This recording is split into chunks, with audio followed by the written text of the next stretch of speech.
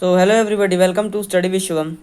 तो आज हम लोग लैंड रेवेन्यू सिस्टम के बारे में डिस्कस करेंगे कि ब्रिटिशर्स ने कितने कितने किस किस तरीके की भारत में लैंड रेवेन्यूज पॉलिसीज़ को सेटलमेंट्स को लाया था।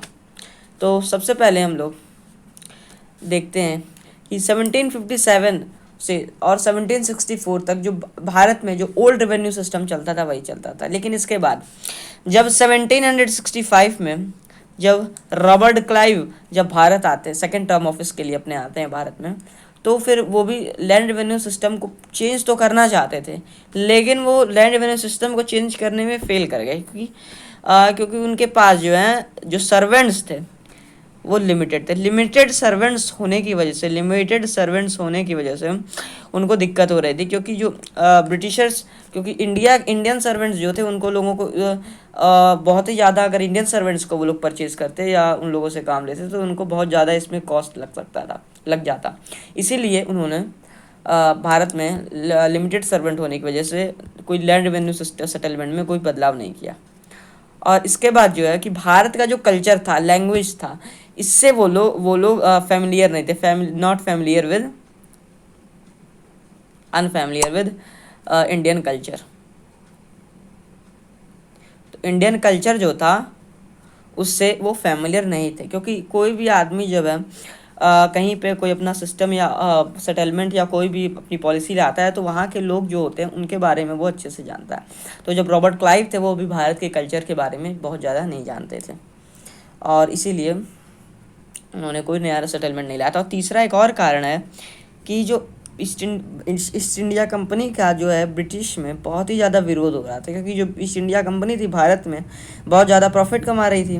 तो जो ब्रिटेन की कंपनियाँ थी, कुछ ब्रिटेन वो लोग भी चाह रहे थे कि भारत में आके प्रॉफिट कमाए, तो उनको जो ब्रिटेन की कंपनियाँ थी उनके अपोजिशन का भी डर था। तो इस अपोजिशन की वजह से फियर ऑफ अपोजिशन जो था, इसकी वजह से भी उन्होंने जो है कोई भी पॉलिसी को नहीं लाया। ठीक है। फिर इसके बाद 1772 में जो है आते हैं वारेन हेस्टिंग्स।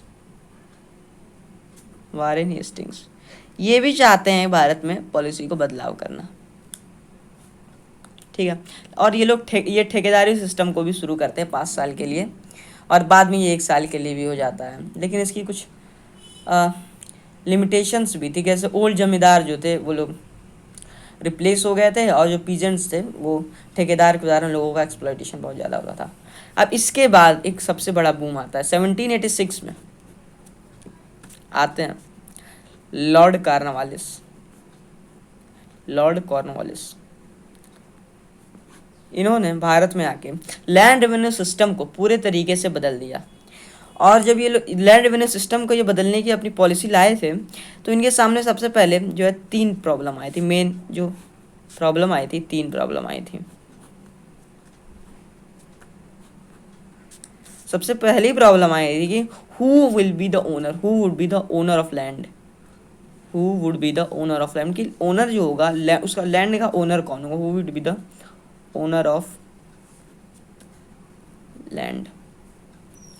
और जो second problem I, for how much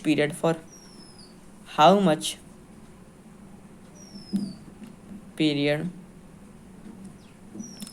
land management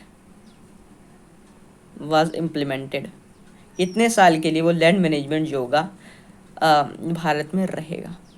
और what would be the rate of revenue होगा, ये क्या रहेगा। ये भी एक बहुत बड़ी प्रॉब्लम थी।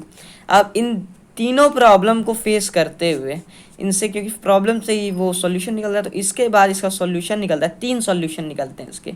पहला तो निकलता है परमानेंट सेटलमेंट, यानी जमींदारी सिस्टम, परमानेंट सेटलमेंट। फिर रेवतवाड़ी सेटलमेंट। फिर आखिर में आता है महालवाड़ी सेटलमेंट। 1793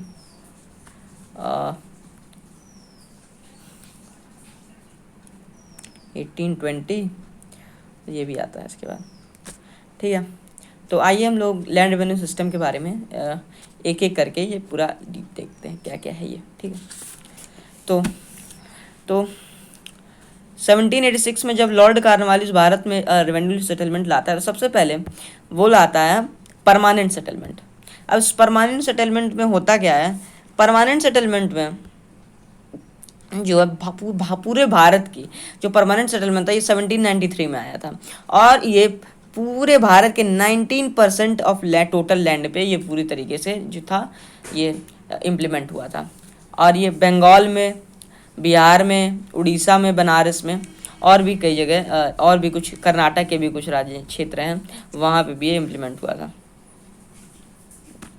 और ये जो सेटलमेंट था इसमें जो ओनरशिप थी जो लैंड की वो जमींदार के पास थी, उसी के पास जो थी जो लैंड जो था उसको बेचने का, खरीदने का या फिर लीज पे देने का उसके पास राइट था। और जो जमींदारी थी वो एक हेरिडेटरी पोस्ट थी। अब इस सिस्टम में जो था लैंड रेवेन्यू एकदम फिक्स था, एकदम रिजिड था, एकदम परपिचुइटी मानी कंटिन्यूएशन में हमेशा के लिए ये एकदम से फिक्स हो गया था। और इस सेटलमेंट में 8/9 पार्ट जो था वो गवर्नमेंट को मिलता था और 1/9 पार्ट जो था वो जमींदार, बहुत ही कम जमींदार को मिलता था, ठीक है। अब इतना प्रॉफिट तो मिलता था जमींदार को, लेकिन इसके बावजूद जो है जमींदार जो है रेवेन्यू पे करने में फेल कर गए। कभी कभार वो डिलिबरेटली फेल कर जाते हैं, कभी कभार वो लोग जानबूझकर फेल करते थे, और कभी कभार वो लोगों को मजबूरी में फेल नहीं दे पाते थे लैंड रेवेन्यू से लैंड रेवेन्यू।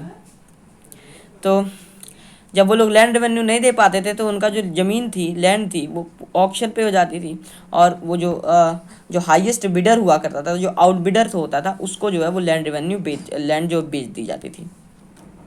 अब एक इसमें ट्विस्ट आता है कि प्रॉब्लम ऑफ अनपेड रेवेन्यू। अब एक प्रॉब्लम ऑफ अनपेड रेवेन्यू यहाँ पे शुरू हो जाता है, प्रॉब्लम एक आता है इसमें।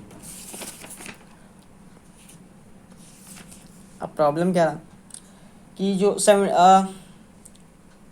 जो ब्रिटिशर्स थे, जो परमानेंट सेटलमेंट को भारत यहाँ पे बंगाल में इम्प्लीमेंट किए थे, तो उनका मेन ये होप कि ये सोचे थे कि जब ये जो प्रॉब्लम्स ये लोग बंगाल के कॉन्क्वेस्ट के बाद यानी बैटल ऑफ प्लासी 1757 के बाद जितनी प्रॉब्लम ये लोग फेस कर रहे हैं ये लोग अब फेस नहीं करेंगे, क्योंकि जो लैंड रेवेन्यू था वो लोग पूरे तरीके से इसको ये लोग रियलाइज़ नहीं कर पा रहे थे। अब फेमाइंस जो थे, फेमाइंस बंगाल में बहुत ज़्यादा फेमाइंस हो रही थी, ठीक है, जिस फेमाइंस की वजह से बंगाल की जो इकोनॉमी थी वो पूरे तरीके से ध्वस्त हो गई थी। और ये लैंड रेवेन्यू सिस्टम को, सेटलमेंट को लाकर ब्रिटिशर्स सोचे कि वो लोग बंगाल की जो इकॉनमी है वो उसको बढ़ा सकेंगे, ताकि वो लोग इन एग्रीकल्चर में इन्वेस्टमेंट को वो लोग इनकरेज किया जा सके। तो इसके बाद जो है परमानेंट रेवेन्यू सेटलमेंट, परमानेंट जो है वो फिक्स्ड कर दिया जाता है। अब परमानेंट जो इस रेवेन्यू सेटलमेंट में जो रेवेन्यू रेट होते हैं वो फिक्स रहते हैं। क्यों फिक्स रहते हैं? क्योंकि अगर रेवेन्यू रेट्स फिक्स नहीं रहेंगे तो जब बाद में जब जाकर रेवेन्यू रेट्स जब भारत का बंगाल का प्रोडक्शन बढ़ेगा, तो जब प्रोडक्शन बढ़ेगा तो फिर जो ब्रिटिशर्स हैं वो उस प्रोडक्शन का जो है पार्ट, वो जो शेयर है उसको नहीं वो डिमांड कर पाएंगे, ठीक है। तो और अगर रेवेन्यू फिक्स्ड रहेगा तो ब्रिटिशर जो है उनको रेगुलर फ्लो मिलेगा, और जो जमींदार हैं उन लोगों को एक सिक्योरिटी भी रहेगी कि वो लोग जो अपना इन्वेस्टमेंट कर रहे हैं उन पर उन लोगों को प्रॉफिट मिलेगा, तो वो लोग अपना जो वो उन लोगों का जो लैंड रहेगा वो उसको प्रमोट भी करेंगे, उसको डेवलप करने के लिए, ठीक है। और इसका एक और मोटिव था कि अगर जो राजाज हैं, जो जमींदार से अगर वो लोग ब्रिटिशर्स के द्वारा अगर वो लोग नर्चर किए जाएंगे तो वो लोग उनके लिए लॉयल भी रहेंगे, ठीक है। तो इसी के बाद जो है लैंड रेवेन्यू सिस्टम फिक्स कर दिया जाता है। अब ये लैंड रेवेन्यू सिस्टम फिक्स हो गया, सब हो गया, तब इसमें प्रॉब्लम कहाँ आता है? प्रॉब्लम ये आता है कि जो ज़मींदार होते हैं वो लोग पहले तो लैंड ओनर थे, लेकिन अब इस लैंड रेवेन्यू सेटलमेंट आता है इसमें ज़मींदार लैंड ओनर के बाद एक कलेक्टर ऑफ लैंड रेवेन्यू बन जाता है, कि ये लोग सिर्फ लैंड रेवेन्यू लोगों का कलेक्ट करना सिर्फ काम हो जाता है। और क्योंकि पहले जो है जमींदार जो थे इन लोगों के अंदर 400 विलेज होते थे, तो ये बहुत ही ज़्यादा विलेज, तो इससे आप सोच सकते हैं उसके लोगों के पास कितनी पावर होती थी। और जो डिफरेंस होता था वो रेवेन्यू का ये लोग अपने प्रॉफिट के लिए रख लेते थे, जो जो डिफरेंस होता था वो लोग अपनी जो प्रॉफिट रख लेते थे। ठीक है। अब इसी के बाद जो है ज़मींदार जो, लेकिन इस सब के बावजूद इन लोगों को प्रॉफिट मिलता था, सब चीज़ मिलता था, लेकिन इसके बाद भी ये लोग जानबूझकर कभी डेलिबरेटली कभी मजबूरी में ये लोग जो है रेवेन्यू सिस्टम नहीं देते थे। अब इसका कारण क्या था इन लोगों के डिफ़ॉल्ट का नहीं देने का? सबसे पहला कारण था हाई रेवेन्यू डिमांड। जो ब्रिटिशर जो थे, कंपनी जो थी, वो लैंड रेवेन्यू सेटलमेंट की जो डिमांड रेवेन्यू जो थी बहुत ज़्यादा हाई रखी थी। अब वो हाई इसलिए रखी थी ताकि ताकि हमेशा के लिए वो हाई रख दी थी, ताकि अगर बाद में जाकर भविष्य में फ्यूचर में अगर लैंड लैंड की प्राइस बढ़ेगी और प्रोडक्शन भी बढ़ेगा, एग्रीकल्चरल प्राइस बढ़ेगा, तो उसके बाद जो है जो रेवेन्यू उससे जनरेट होगा वो जो है ब्रिटिशर्स वो जो है कफअप नहीं कर पाएंगे। इसीलिए जो है ब्रिटिशर्स ने इस लैंड रेवेन्यू प्राइस को इस रेट को बहुत ज़्यादा रखा था, ताकि बाद में अगर भविष्य में रेट बढ़ता भी है तब भी उन लोगों को कोई दिक्कत ना हो। ठीक है। अब एक डिप्रेशन का भी प्रॉब्लम था कि जो हाई रेवेन्यू जो इम्पोज हुआ था उस समय जो है बंगाल में इंटरनल एग्रीकल्चरल डिप्रेशन भी चल रहा था, जिसकी वजह से रियॉर्ट्स को जो है जब लैंड रेवेन्यू सिस्टम जो लैंड रेवेन्यू जो है वो पे करने में रियॉर्ट्स को, जमींदार्स को दिक्कत हो रही थी। ठीक है।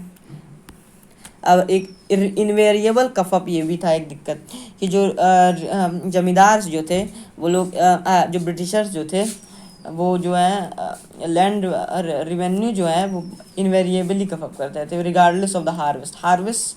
अगर हार्वेस्ट ख़राब होता था तब भी उन लोगों को उससे कोई मतलब नहीं था, वो लोग अपना लैंड रेवेन्यू उन लोगों को बस चाहिए रहता था।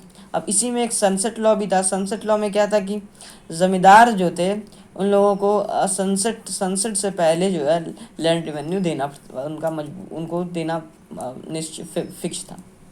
अब जमींदार जो थे डिसबांडेड हो गए थे, यानी company wanted to control and regulate the zamindar, मतलब कंपनी जो है वो जमींदार को रेगुलेट करना चाहती थी, इसीलिए उसकी जो ट्रूप्स थी, कस्टम ड्यूटी थी, ये सब अबॉलिश हो गई थी और कोर्ट जो है कलेक्टर के अंडर में आ गया था। अब कलेक्टर जो है एक अल्टरनेटिव पावर के रूप में इमर्ज होता है। ये अगर जब जो जमींदार होते हैं वो लैंड रेवेन्यू पे करने में फेल कर जाते हैं तो जो ब्रिटिशर्स थे वो कलेक्टर को ही वो करते थे, ऑर्डर करते थे कि आप जाके इनका जो लैंड है उसका ऑक्शन करिए और जिसका प्रॉफिट है उसको रख लीजिए और कंपनी को सबमिट कर दीजिए। अब इसी के बाद जो है 3000 पेंडिंग केसेस भी इसी वजह से फाइल किए गए थे अभी थे,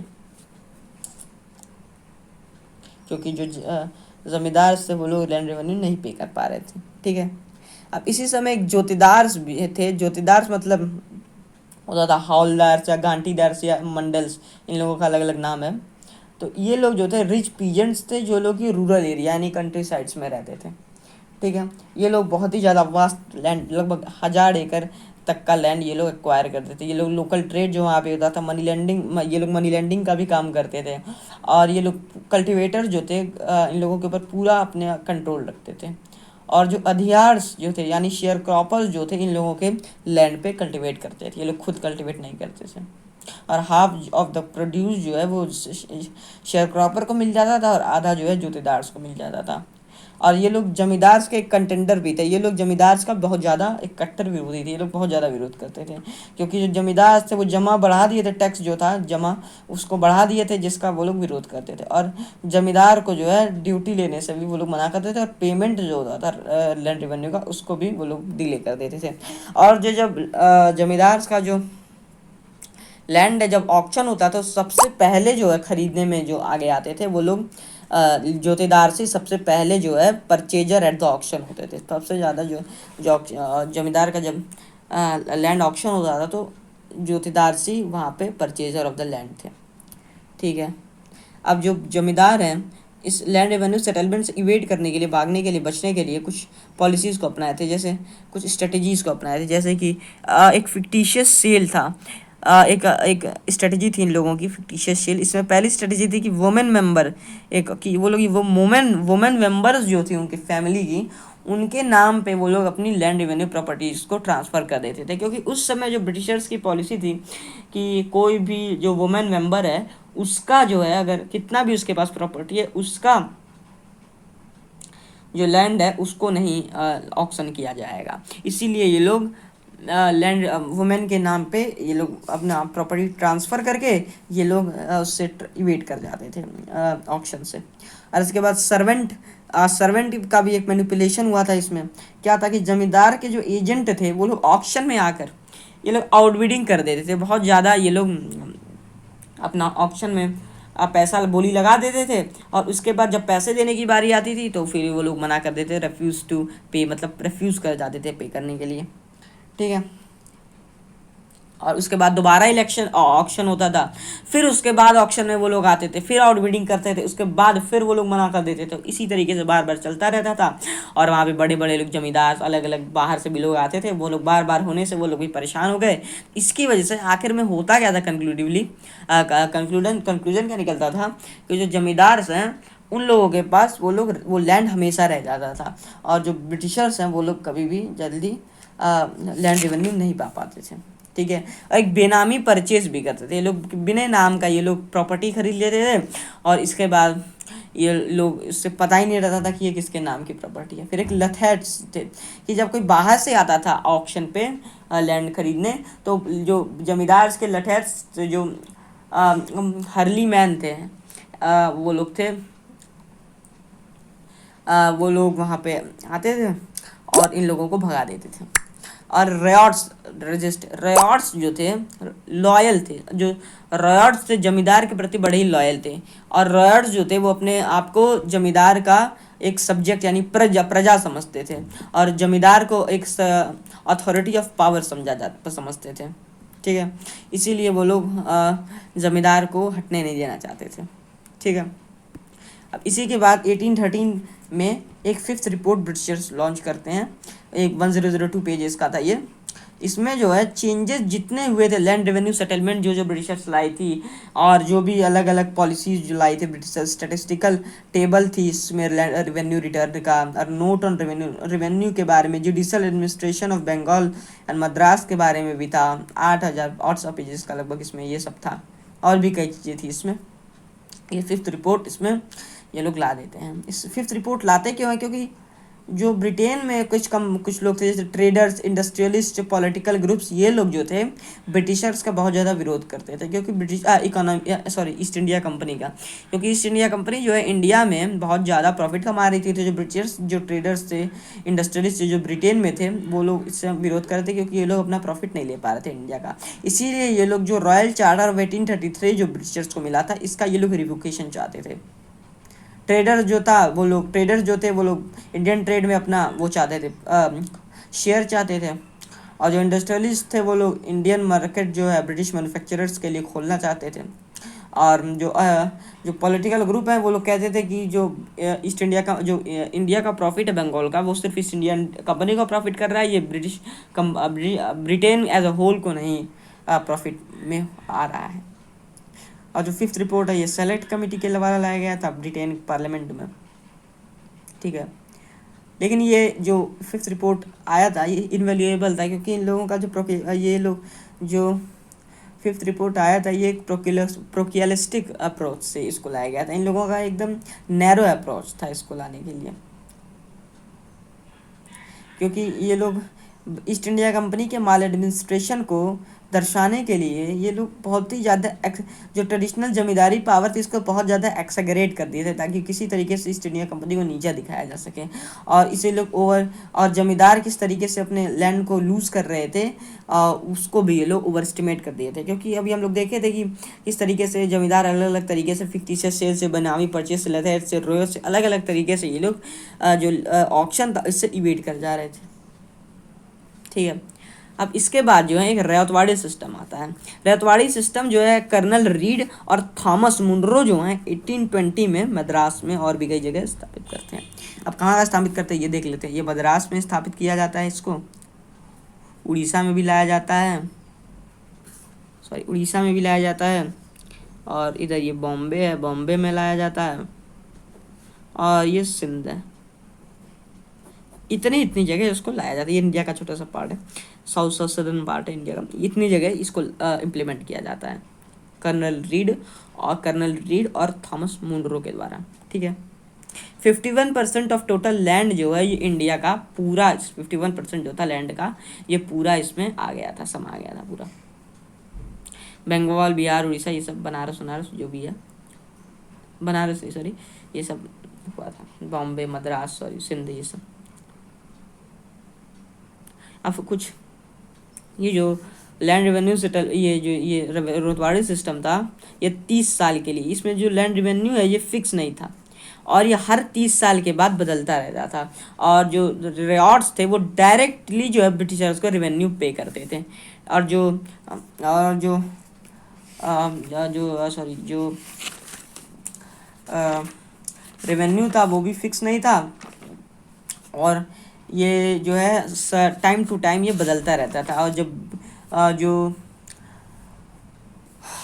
पीजेंट्स की, रियॉर्ड्स की जो कैपेसिटी थी, पेइंग कैपेसिटी को देखते हुए ये जो लैंड रेवेन्यू था ये समय समय पर बदलता रहता था, क्योंकि लैंड रेवेन्यू की जो पेइंग कैपेसिटी है इसको हमेशा एसेस किया जाता था, सॉइल को भी एस्टिमेट किया जाता था, अलग अलग वेदर को, एवरेज इनकम को भी एस्टिमेट किया जाता था, different type of average income was estimated. और रेवेन्यू पेइंग कैपेसिटी जो है रियाज की उसको भी असेस किया जाता था। और proportion of revenue paying capacity of ryots was fixed as a share of state, ये जो प्रोपोर्शन था इसका, उसको रेवेन्यू पेइंग कैपेसिटी थी जो रियाज की, उसको शेयर की तरह फिक्स कर दिया जाता था, इसका शेयर क्या फिक्स कर दिया जाता था। अब रीजन ऑफ इम्पोजिशन क्या है? अब ब्रिटिशर्स जो थे परमानेंट सेटलमेंट में जो है जो एक्सेस प्रॉफिट सरप्लस मिल रहा था वो उसको लोग कफ अप नहीं कर पा रहे थे। अब ब्रिटिशर जो भी पॉलिसी लाते थे वो उसी पॉलिसी से इन्फ्लुएंस रहते थे जिस पॉलिसी वो लोग फेमिलियर विद रहते थे। ठीक है, जैसे एक रिकार्डियन एक थे इकोनॉमिस्ट हैं, इनसे ये लोग बहुत ज़्यादा इन्फ्लुएंस हुए थे। तो इन लोगों की जितनी ज़्यादातर पॉलिसीज़ थी ये रिगार्डियन थ्योरी जो है इससे बहुत ज़्यादा इन्फ्लुएंस हुई थी।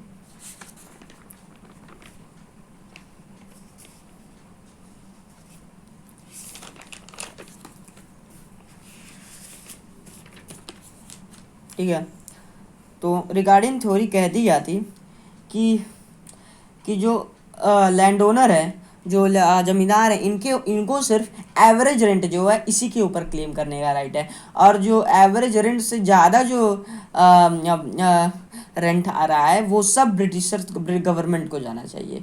और लेकिन अगर गवर्नमेंट जो टैक्स नहीं दिया जा पा रहा है तो कल्टिवेटर्स जो हैं, रियॉर्ड्स हैं, ये लोग जो हैं फिर रेंटियर बन जाएंगे और उनका जो है सरप्लस जो है फिर टैक्स के रूप में दिया जाना चाहिए और जमींदार को हटा दिया जाना चाहिए। ये थी रिगार्डियन की थ्योरी थी ये।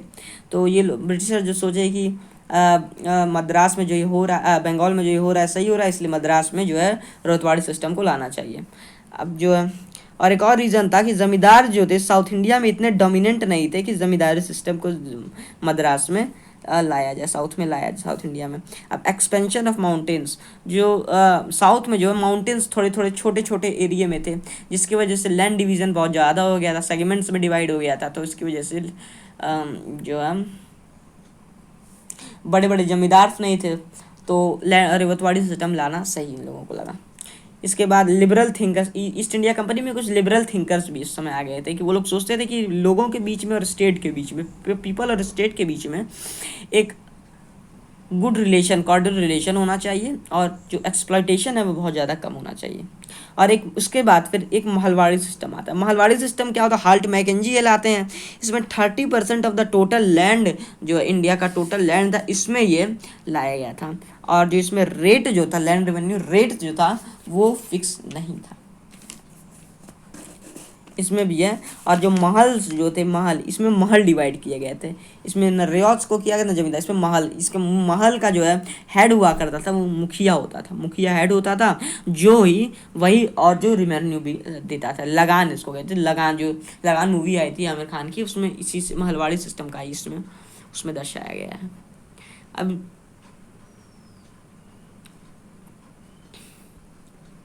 अब रेवतवाड़ी सिस्टम जो है इसका एक कुछ ड्रॉबैक्स और पॉजिटिव इम्पैक्ट्स या नेगेटिव इम्पैक्ट्स जो हैं इनके बारे में थोड़ा डिस्कस कर लेते हैं। प्रोज एंड कॉन्स जो हैं इसके बारे में डिस्कस कर लेते हैं रेवतवाड़ी सिस्टम के। तो रेवतवाड़ी सिस्टम का अगर हम लोग प्रोज एंड कॉन्स देखते हैं रेवतवाड़ी सिस्टम का, तो सबसे पहले अगर हम लोग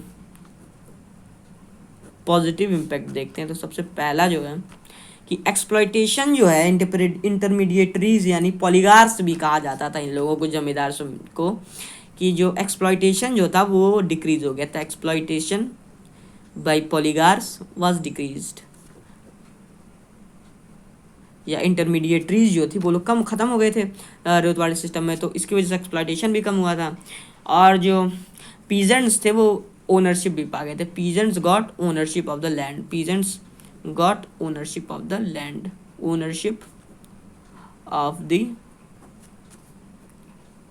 लैंड, ठीक है, ये था प्रूफ। और इसके बाद स्टेट और पीजेंट के बीच में कॉर्डियल रिलेशन भी बन गया था। स्टेट एंड पीजेंट के बीच में एक कॉर्डियल रिलेशन भी बन चुका था इसी के बाद, ठीक है। अब कुछ नेगेटिव इम्पैक्ट देख लेते हैं। नेगेटिव इम्पैक्ट क्या थे? ये हाई रेट इम्पैक्ट, जो हाई रेट जो था, जो लैंड रेवेन्यू था बहुत ही ज़्यादा हाई रहता था इसमें भी, तो जिसकी वजह से पीजेंट्स को बहुत ज़्यादा दिक्कत होती थी। और सेकेंड क्या था? कॉमर्शियल क्रॉप प्रमोट किया गया था, कैश क्रॉप जो थे, इसकी वजह से भी फूड क्रॉप जो थी, कॉमर्शियल क्रॉप की वजह से, कॉमर्शियल क्रॉप के प्रोडक्शन की वजह से जो फूड क्रॉप थी ये डिक्लाइन कर गई थी, फूड क्रॉप डिक्लाइन कर गई थी, डिक्लाइंड, और ये सोल्ड, फूड क्रॉप सोल्ड कर गई थी, और ये जो कॉमर्शियल क्रॉप सोल्ड कर गई थी, और फूड क्रॉप डिक्लाइन कर गई थी। जैसे कैश क्रॉप भी इनको कहा जाता है, कैश क्रॉप, जो बेचने के लिए कॉमर्शियल पर्पस के लिए यूज़ किया जाता था। जैसे टी हो गया, कॉफ़ी हो गया, कॉटन हो गया, ये सब जो है, कॉफ़ी, कॉटन, अलग अलग चीज़ें जो हैं ये कॉमर्शियल क्रॉप में आती हैं। फूड क्रॉप में तो जैसे वीट, बार्ले, अलग अलग चीज़ें आती हैं। अब जो मालवाड़ी सिस्टम था, इसके बारे में भी एक वर्बली एक मेरिट डिमेरिट देख लेते हैं। मालवाड़ी सिस्टम जो है एक यूनिटी लोगों के बीच में, क्योंकि महल्स डिवाइड हो गए थे मालवाड़ी सिस्टम में, जैसे मालवाड़ी सिस्टम में महल्स डिवाइड हो गए थे ना, तो इसकी वजह से लोगों के बीच में एक सेंस ऑफ यूनिटी भी आ गई थी, ठीक है। कोऑपरेशन बिटवीन पीजेंट्स भी बढ़ गया था, और यही मेन कारण थे जिसकी वजह से पीजेंट मूवमेंट अलग अलग होते हैं और नेशनल मूवमेंट्स भी होते हैं, जिसको हम लोग अभी आगे डिस्कस करेंगे। और इसके बाद डिमेरिट्स क्या थे कि एक्सप्लॉइटेशन जो था लैंड रेवेन्यू की वजह से बहुत ज़्यादा हाई था, और एक्सप्लॉइटेशन भी बढ़ गया था। मुखिया हो गया था, जो कि एकदम हेड जो था, महल का हेड जो था वो मुखिया था, वो एकदम जमींदार की तरह ही था। और राइज ऑफ मनी लेंडर्स भी हो गया था, मनी लेंडर जो थे इनका राइज भी हो गया था। इसी के बाद अब लैंड रेवेन्यू इतना ज़्यादा बढ़ गया कि अब धीरे धीरे करते हुए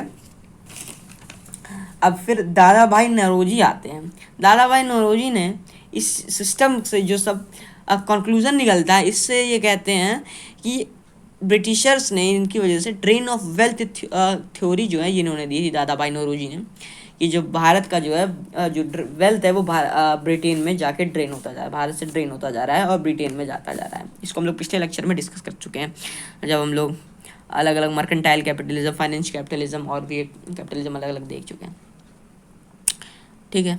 और दादा भाई नौरोजी ने कुछ बुक्स भी लिखी थी, जैसे कि एक बुक थी इंग्लैंड डेट्स टू इंडिया, ये एक बुक लिखी थी इन्होंने। अब poverty and un British rule India, ये बहुत फेमस बुक है, poverty and un British rule in India, British rule in India, इसी में इन्होंने ड्रेन ऑफ वेल्थ थ्योरी दी थी, रूल इन इंडिया, इसी में इन्होंने ड्रेन ऑफ वेल्थ थ्योरी भी दी थी। And the wants and the means of India और on the commerce of India, ये भी अलग अलग बुक लिखे थे। अब एक और वो थे स्टूडेंट थे R.C.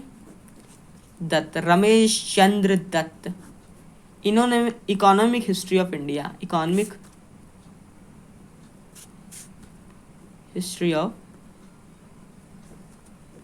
इंडिया लिखी थी, ठीक है।